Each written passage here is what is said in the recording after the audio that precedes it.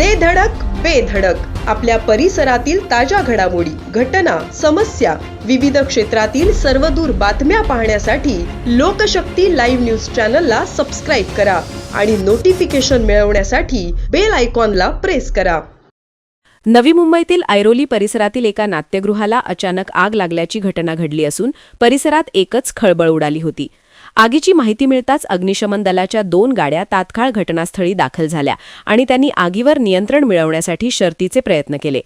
प्राथमिक माहितीनुसार आग मोठ्या प्रमाणात पसरली होती, मात्र अग्निशमन दलाच्या जवानांनी तातडीने प्रयत्न सुरू केल्याने ती हळूहळू आटोक्यात येत असल्याचे सांगण्यात येत आहे.